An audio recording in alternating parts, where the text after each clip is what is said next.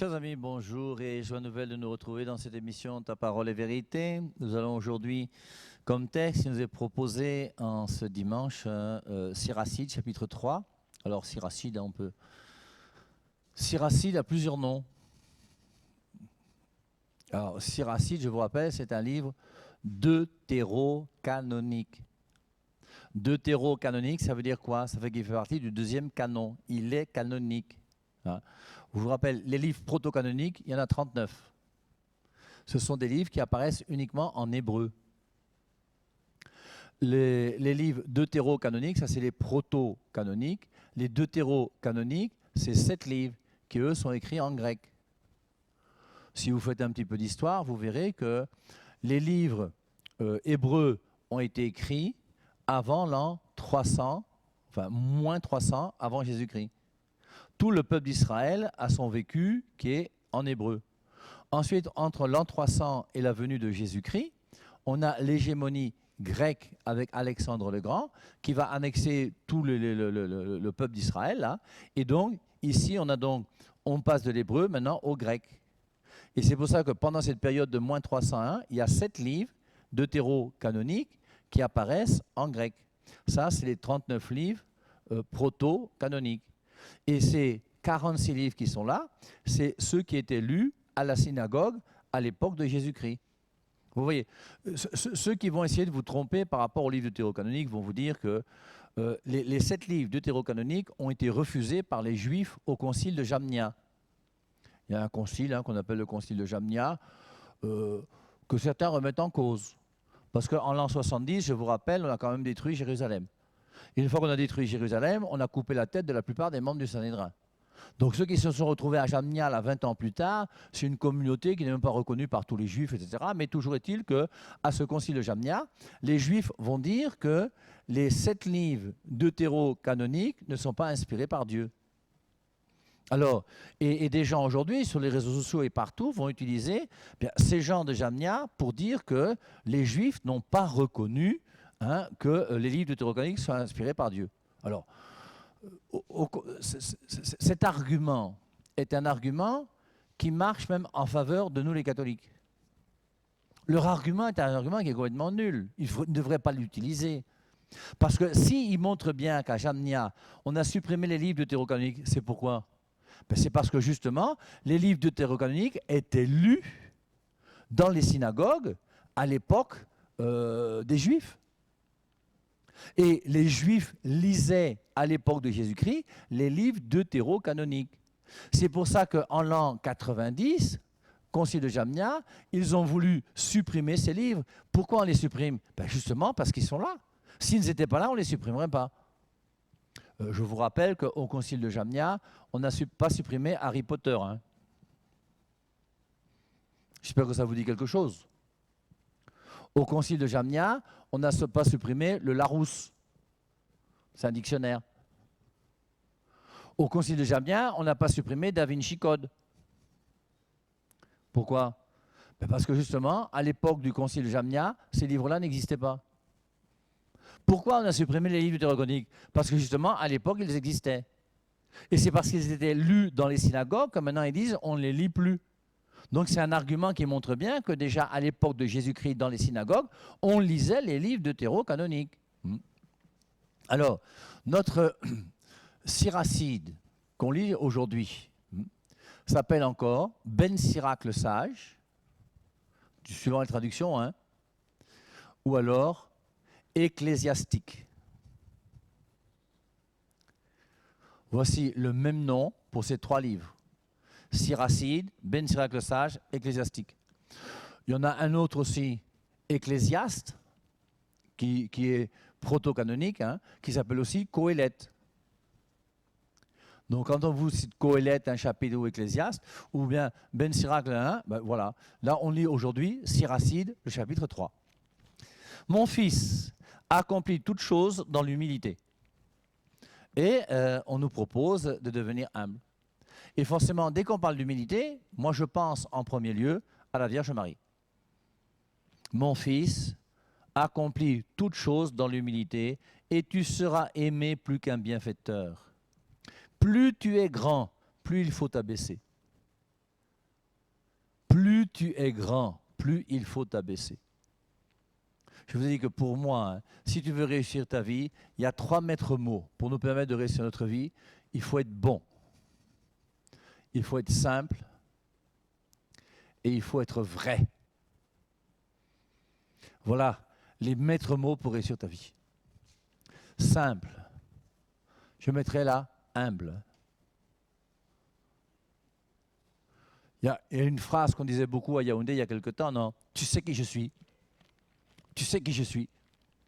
Tu sais qui je suis, ça veut quoi? Ça veut dire quoi?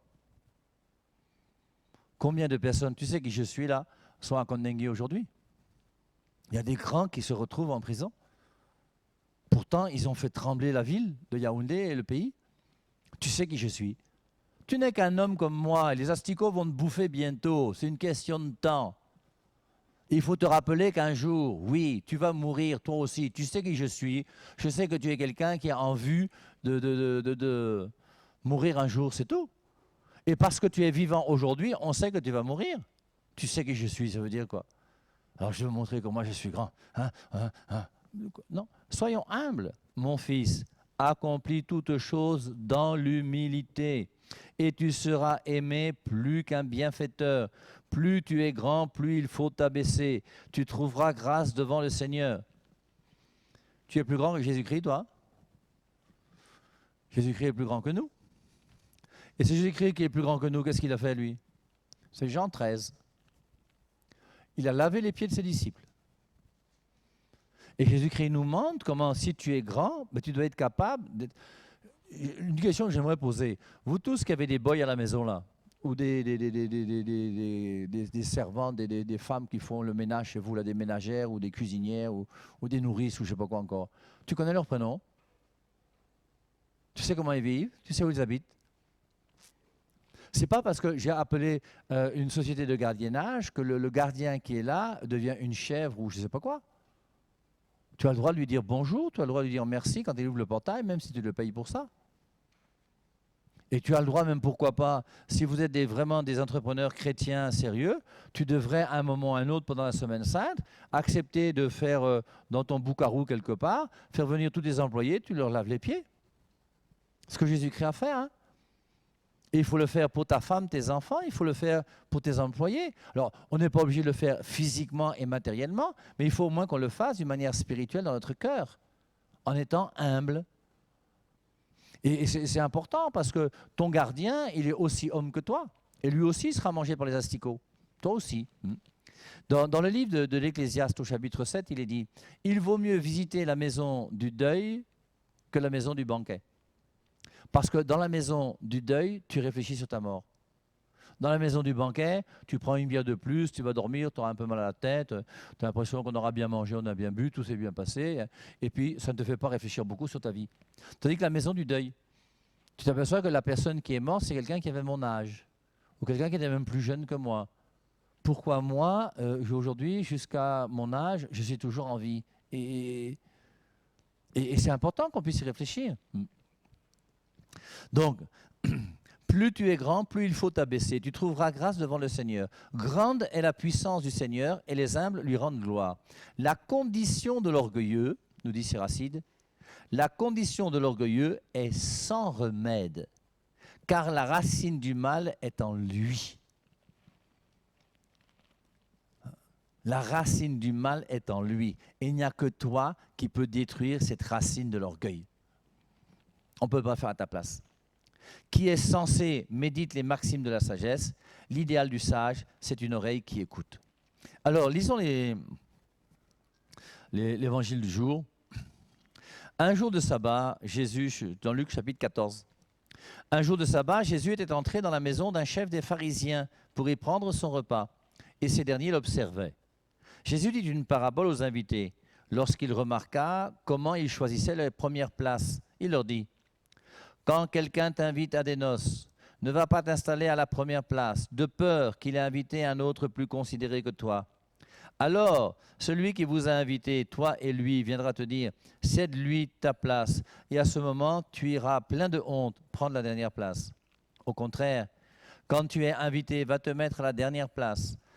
Alors, quand viendra celui qui t'a invité, il te dira Mon ami, avance plus haut, et ce sera pour toi un honneur aux yeux de tous ceux qui seront à la table avec toi.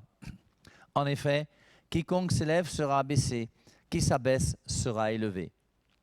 Jésus disait aussi à celui qui l'avait invité, « Quand tu donnes un déjeuner ou un dîner, n'invite pas tes amis, ni tes frères, ni tes parents, ni de riches voisins. Sinon, eux aussi te rendraient l'invitation et ce serait pour toi un don en retour. Au contraire, quand tu donnes une réception, invite des pauvres, des estropiés, des boiteux, des aveugles. Heureux seras-tu parce qu'ils n'ont rien à te donner en retour. Cela te sera rendu à la résurrection des justes. » Et là, on voit comment Jésus-Christ nous invite à pouvoir être bons envers des gens qu'on ne connaît pas bien, mais qui ont besoin parce qu'ils sont boiteux, infirmes, voilà, aveugles, et donc de prendre soin de ceux qui sont autour de nous. Alors, ayons l'humilité. Et par rapport à cette humilité, moi j'ai pensé forcément au Magnificat de la Vierge Marie. Alors on peut prendre le Magnificat de la Vierge Marie, c'est dans l'évangile de Luc, chapitre 1, à partir du verset 39, quand on a Marie qui va rendre visite à sa cousine Élisabeth. C'est un très joli passage. Je ne sais pas pourquoi beaucoup de gens ont des difficultés avec cette femme qu'on appelle Marie.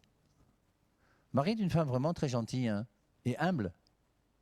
Mon âme exalte le Seigneur, exulte mon esprit en Dieu mon Sauveur. Il s'est penché sur son humble servante.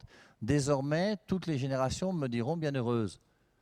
Il s'est penché sur son humble servante. Et Marie est une humble servante. Qu'il me soit fait selon ta parole. Je suis la servante du Seigneur. Et Marie est quelqu'un justement qui s'est abaissée. Elle ne s'est jamais enorgueillie. On n'a jamais vu Marie en train de prêcher dans un évangile. On n'a jamais vu Marie même en train de faire un miracle. Elle a demandé à Jésus-Christ de faire un miracle. Rappelons-nous Jean chapitre 2. Elle a intercédé auprès de ces gens qui organisaient leur mariage, auprès de Jésus, en disant à Jésus, ils n'ont plus de vin. Et quand Marie a dit Jésus, ils n'ont plus de vin, il va transformer 600 litres d'eau en 600 litres de vin. Pourquoi? Parce que Marie le lui a demandé. Et donc, c'est important qu'on puisse réfléchir aussi sur cette femme qui, justement, elle, a connu l'humilité. C'est quand même celle qui a accouché le Fils de Dieu. Je vous rappelle que la Bible nous dit que Marie est bénie entre toutes les femmes. Parmi toutes les femmes de la terre, il y a une bénédiction spéciale pour Marie. Et ce petit verset qui dit « Désormais, toutes les générations me diront bienheureuse », j'aimerais savoir, qui dit Marie bienheureuse aujourd'hui? C'est nous les catholiques en premier lieu. On a une dévotion mariale, oui c'est vrai, on ne s'en cache pas, on n'a pas peur.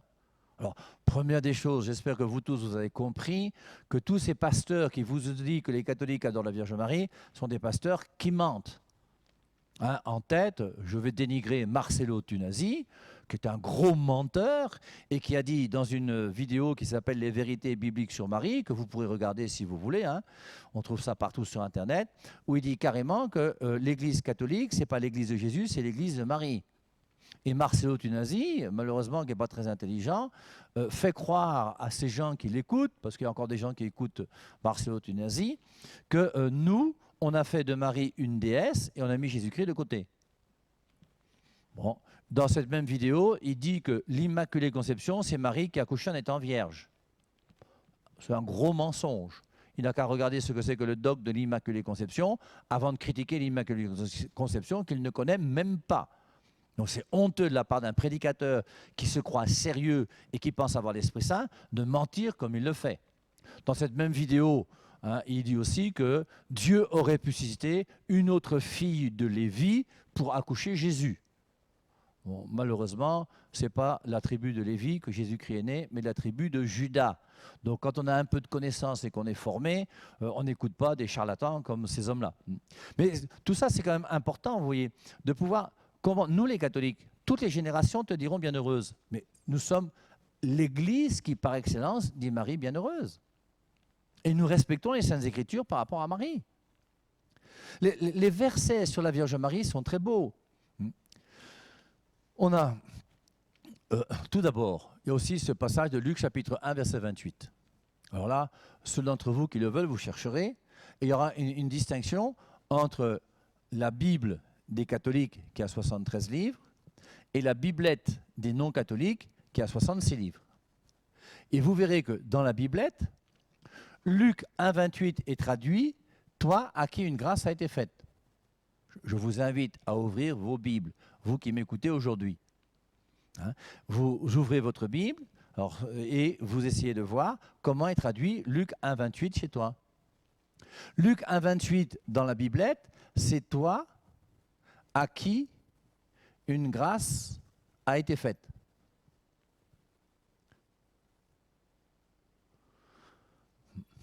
Dans la traduction, la nôtre à nous les catholiques, c'est toi qui es pleine de grâce. Est-ce que vous voyez une différence entre ces deux traductions? Notre traduction pleine de grâce, elle vient de la traduction de la Vulgate depuis l'an 400. Gratia plena en latin. Toi à qui une grâce a été faite, traduction des non-catholiques. Toi à qui une grâce a été faite, ça ne veut rien dire. On peut reprendre même si vous voulez. Hein. Luc chapitre 1 verset 26. Et dans ce passage de Luc chapitre 1 verset 26, c'est l'Annonciation. Et donc, à l'Annonciation, c'est l'ange qui vient voir Marie et qui va causer donc avec elle pour lui dire, hein, elle est promise en mariage à Joseph, etc., etc. Je vous trouve ça dans quelques secondes, ne vous inquiétez pas. Luc chapitre 1 verset 26 et je vous lis. Le 6e mois, l'ange Gabriel fut envoyé par Dieu dans une ville de Galilée appelée Nazareth, auprès d'une vierge déjà promise en mariage à Joseph, un homme de la famille de David. Le nom de la vierge était Marie. L'ange vint à elle et lui dit « Réjouis-toi, pleine de grâce, le Seigneur est avec toi. » Et dans notre traduction à nous, « Réjouis-toi, pleine de grâce, le Seigneur est avec toi. » Si Marie est pleine de grâce, qu'est-ce que ça veut dire? Réfléchissons, pleine de grâce. Toi à qui une grâce a été faite, ça ne veut absolument rien dire. Et dans l'Évangile, on ajoute, l'ange vint à elle et lui dit, réjouis-toi, pleine de grâce, le Seigneur est avec toi. Marie était toute troublée de ces paroles. Et Marie est troublée par la parole de l'ange et se demandait ce que voulait dire cette salutation. Marie n'est pas troublée par l'ange. Un ange ne trouble pas Marie. Comme si un ange venait là au studio, là où nous sommes aujourd'hui, moi ça ne me troublerait pas. Je ne peux pas être troublé même si Jésus-Christ vient s'asseoir ici ou si la Vierge Marie vient s'asseoir ici. Ça ne va pas me troubler. Je sais que Marie existe, je sais que Jésus existe, il n'y a pas de souci. Maintenant, on va juste discerner, est-ce que c'est une vraie apparition, une fausse apparition? Est-ce que c'est le démon qui se déguise en ange de lumière? Et puis c'est tout. Mais c'est pour ça que Marie n'est pas troublée par l'ange. Elle est troublée par la parole de l'ange. Si l'ange lui a dit, je te salue, toi à qui une grâce a été faite, ça ne va pas troubler Marie. Parce que toi-même qui m'écoutes, tu sais que Dieu t'a fait des grâces. On a la grâce de la création. On a la grâce du soleil qui se lève chaque matin. On a la grâce de pouvoir respirer encore aujourd'hui. La grâce, il n'y a pas de souci.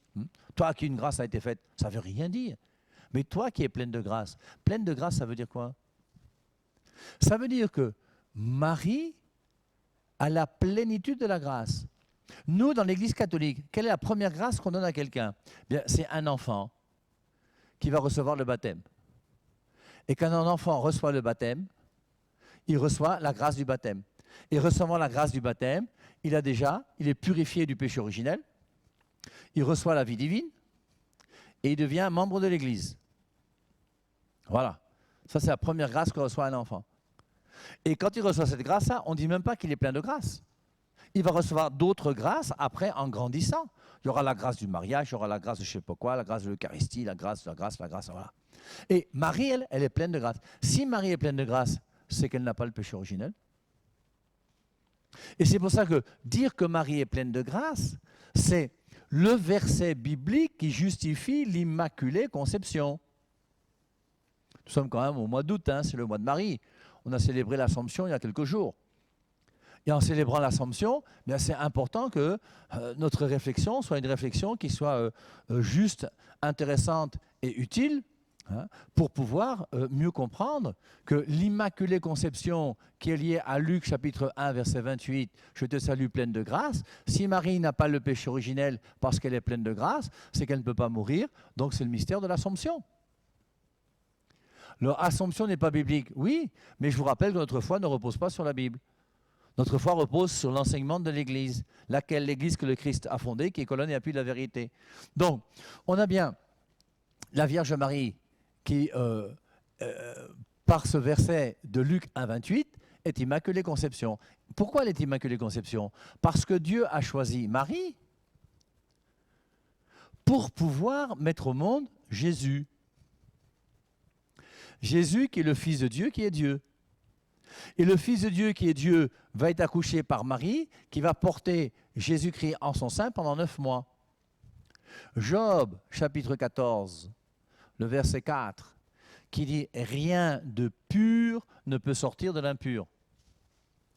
Donc Jésus-Christ ne peut être que pur. Rien de pur ne peut sortir de l'impur. Donc forcément, si Jésus-Christ est pur, il ne peut pas sortir de l'impur. Donc Marie ne peut pas être impure, elle est forcément pure. Et c'est pour ça que Dieu a choisi Marie. Et cette Marie, parce que Romains 3, 23 dit que tous ont péché et sont privés de la gloire de Dieu, personne ne peut donner à Jésus-Christ un corps pur, puisqu'il est privé de la gloire de Dieu, il a le péché originel. Et Dieu est obligé lui-même de purifier Marie du péché originel. Je te salue, pleine de grâce. Et c'est pour ça qu'elle a reçu une grâce particulière pour permettre à Jésus-Christ de venir au monde. C'est pour ça que vous voyez, cette femme, elle est quand même intéressante. Et aujourd'hui, l'humilité de Marie. J'avais vu un film un jour à la télévision où on voyait Marie qui se promenait au marché avec son gros ventre. Elle était enceinte donc de Jésus et avec son gros ventre, là, elle passait au marché et disait « Oui, je suis là, c'est moi la mère du Sauveur. Oui, le Sauveur que vous attendez, il est déjà là. Oui. » Ça, c'est pas Marie, ça. C'est pas l'humilité de Marie. Marie est restée humble, elle est restée petite, elle est restée cachée. Elle a cette humilité extraordinaire. Hein?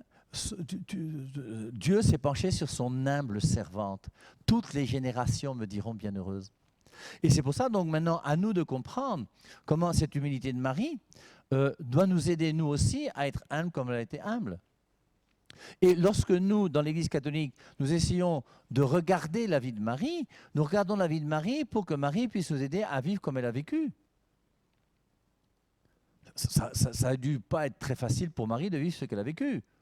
Je vous rappelle que Jésus-Christ a annoncé 3 fois sa passion. Il y a 3 moments où Jésus-Christ annonce sa passion dans les Saintes Écritures. Et Marie, habituellement, n'est pas toujours là. Hein. Souvent, elle est à la maison.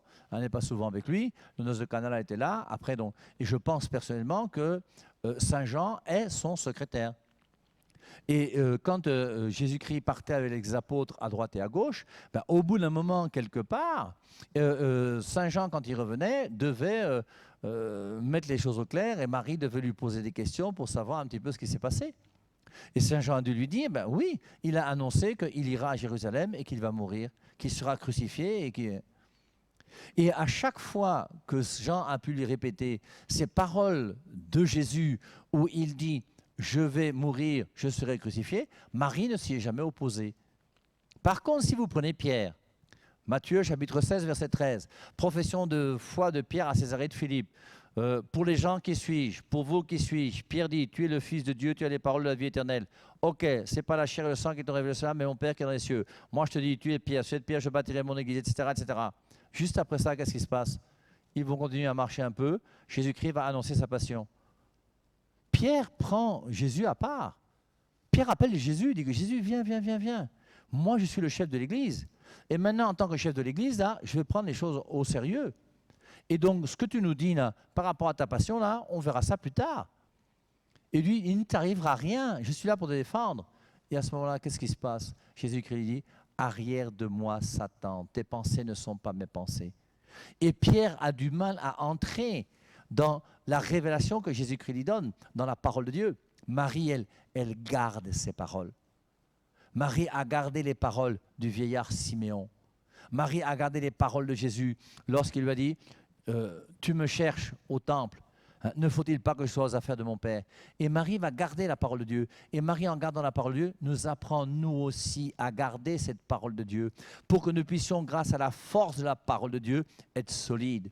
Et le jour où Jésus-Christ meurt sur la croix, Pierre n'est pas là parce qu'il a refusé de garder la parole de Dieu dans son cœur.